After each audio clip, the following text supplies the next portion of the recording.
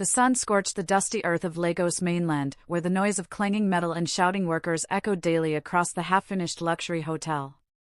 It was a place where calloused hands met concrete, sweat met sun, and dreams clashed with reality. Among those building dreams brick by brick was Amaka, a 28-year-old construction worker whose strength defied her slender frame and whose dignity refused to be eroded by hardship.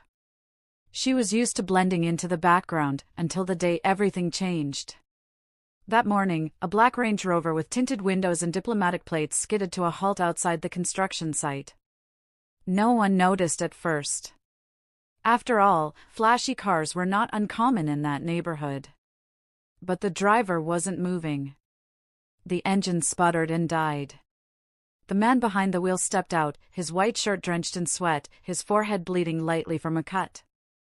He stumbled to the gate. He was Michael Aduak, CEO of Aduak Holdings, one of Nigeria's youngest billionaires, a man more often seen on magazine covers than construction sites. But at that moment, he wasn't a man of power. He was injured, confused, and fleeing danger. And Amaka, standing with a trowel in her hand and concrete dust on her face, was the only one who ran toward him. Amaka dropped the bucket she was carrying and dashed toward the entrance. Her boots thudded against the uneven pavement as she caught the stranger just before he collapsed. Her hands, usually gripping shovels, were now holding a billionaire. She didn't recognize him at first. To her, he was just another man in trouble. "What happened? Are you okay?" she asked, eyes scanning the road for whoever might be chasing him. Michael groaned. "They followed me. I think they tampered with my brakes. Please, don't call attention." She looked around. Her coworkers had paused, whispering and staring. Amaka made a quick decision. She dragged him, half limping, through the side gate and into the supply shed where they kept sacks of cement. Inside, she wiped his forehead with her scarf.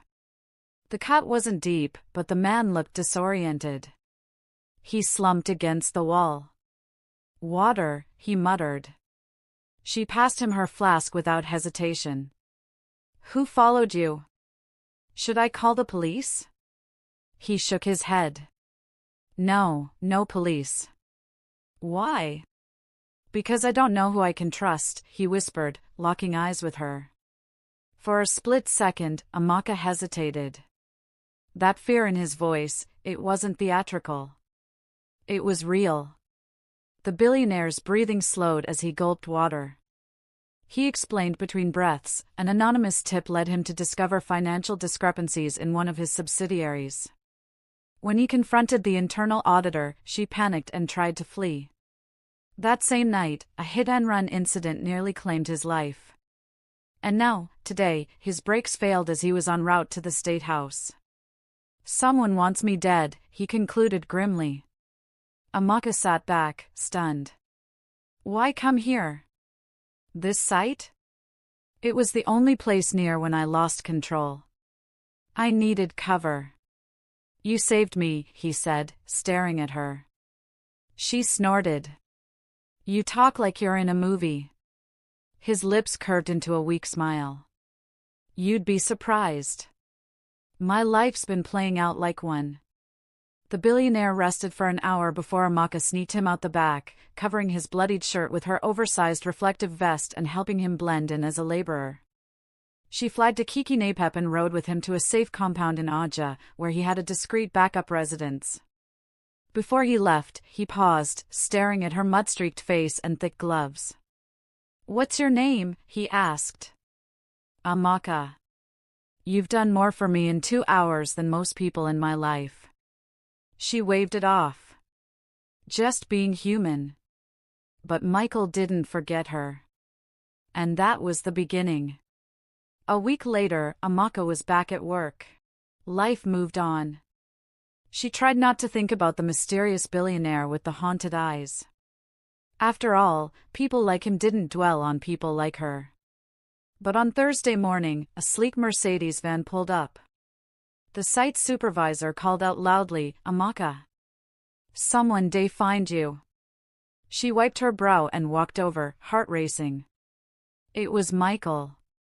clean-shaven, well-dressed, and alive. "I didn't come to thank you," he said. "I came to offer you a job." She blinked. "What kind of job?" "Be my personal project assistant for our affordable housing initiative. You've lived this life. You understand the people I'm trying to serve. I need someone who knows the ground." She looked at him like he'd lost his mind. "You're offering me a job? I'm a secondary school dropout." "I don't care about that," he replied. "I care that when everyone stood still, you ran toward me." By the following month, Amaka was in a crisp white blouse, learning Excel and budgeting at Aduak Holdings. She had her own ID badge, a laptop, and a desk that didn't wobble.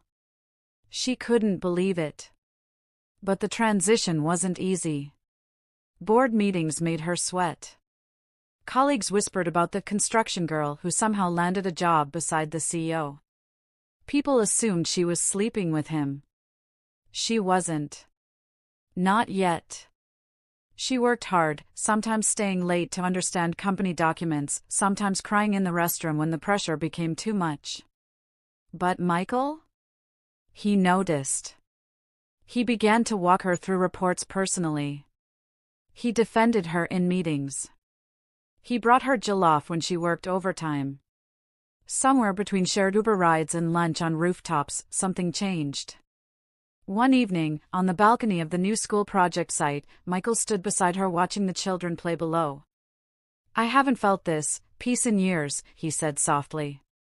She glanced at him, surprised. "Why?" "Because for once, I'm around someone who sees me as human, not a bank account." And then he looked at her the way men do when they've already made up their mind. Amaka looked away. "This can't work," she whispered. "Why not?" "Because we're from two different worlds." "No," he said, "we're just two people who met in the middle of a storm." They didn't kiss that night. But Amaka knew her life had already begun to change in ways she couldn't control. She returned home to her one-room flat in Mushin, sat on her foam mattress, and stared at the ceiling. She wasn't afraid of love. She was afraid of hope. Hope had betrayed her too many times before. And yet, for the first time, she allowed herself to wonder, what if? But behind Michael's rise, behind the corporate empire and shadowy sabotage, a deeper plot was unraveling, one that would test their bond, challenge their truths, and force Amaka to decide what kind of woman she really wanted to be. Would she be his savior again? Or would love become another trap? Amaka adjusted the hem of her midi skirt nervously as she stepped into the Aduak Holdings executive boardroom. The mahogany table stretched endlessly across the room, filled with powerful men and women in suits worth more than her monthly salary. She was now Michael's project coordinator, and today, she was to present on behalf of the affordable housing project. Michael sat at the head of the table, his expression unreadable. But when their eyes met, he gave the faintest nod, enough to steady her trembling heart. She spoke with quiet authority about roofing costs, community inclusion, and local labor policies. When she was done, the room was silent, until one board member chuckled dismissively. "That was charming. But perhaps next time, let an architect do the technical part," said Mr. Deo, a senior partner. Amaka's cheeks flushed, but before she could reply, Michael stood up. "She's the reason we broke ground 3 weeks early," he said coolly. "Maybe we should all spend less time in air-conditioned offices and more time in the field." The room shifted. Amaka sat down, unsure whether to smile or disappear. But later, in the elevator, Michael leaned in and whispered, "Proud of you." She blushed and stared at her shoes. "Thank you." That night, he drove her home himself. They didn't speak much. When they reached Mushin, he hesitated. "Do you want me to walk you in?" She shook her head. "No. You've done enough." But she turned back just before entering the compound. "Would you ever leave all this?" she asked. "What, money?" "No. Power." Michael paused. "I've never had someone ask me that before." She smiled faintly. I'm not like most people in your world. I know, he said. That's why I'm here. The next morning, everything shattered. Michael was arrested. The news spread like wildfire. CEO Michael Aduak in EFCC custody for embezzlement of 9 billion Nigerian nairas. Amaka dropped her coffee. Her phone buzzed non-stop with texts.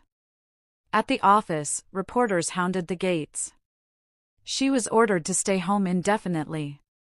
She rushed to the station where he was being held. His lawyer blocked her path. He's not seeing anyone. But I work for him. I need. The lawyer shook his head. You're not family. And frankly, being seen here doesn't help him. Back at home, her neighbors whispered. People accused her of sleeping her way into his company. She sat in the dark, numb. Her thoughts spiraled. Was this all a lie? Had he used her as cover? Had she fallen for a mask? But then a man came to her door. Tall, wearing an all-black suit. He handed her a flash drive and said only 2 words, from Michael. Amaka played the file. It was a recorded message. Amaka, if you're seeing this, it means things have gone sideways. I didn't embezzle any money.